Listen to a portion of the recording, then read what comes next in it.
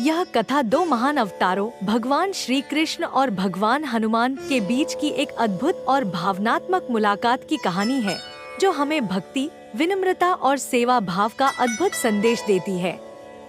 जब हनुमान ने श्री कृष्ण से भेंट की, हे पवन पुत्र, क्या आप जानते हैं कि भगवान विष्णु ने इस युग में श्री कृष्ण के रूप में अवतार लिया है?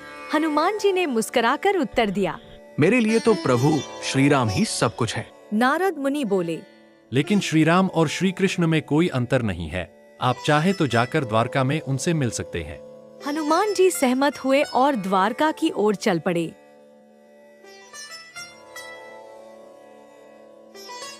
हनुमान जी द्वारका पहुँचे और राजमहल के द्वार पर खड़े हो गए। द्वारपालों ने उन्हें देखा और पहचाना, लेकिन हनुमान जी ने प्रवेश करने से इनकार कर दिया। मैं तभी अंदर जाऊंगा जब श्री कृष्ण स्वयं मुझे बुलाएंगे। श्री कृष्ण सब जानते थे।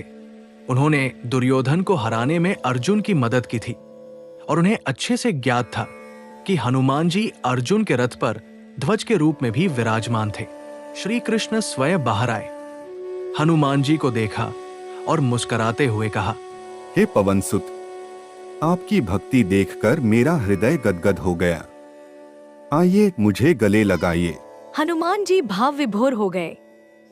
उन्होंने श्री कृष्ण को प्रणाम किया और बोले, मैं तो केवल श्री राम का सेवक हूँ।